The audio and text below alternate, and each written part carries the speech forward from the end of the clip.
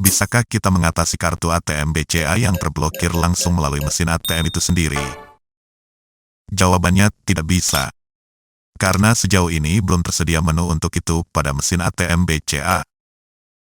Hingga kini yang bisa membuka status blokir kartu ATM BCA kita, baru petugas resmi BCA, yaitu CS yang bertugas di kantor cabangnya dan sekaligus CS Halo BCA.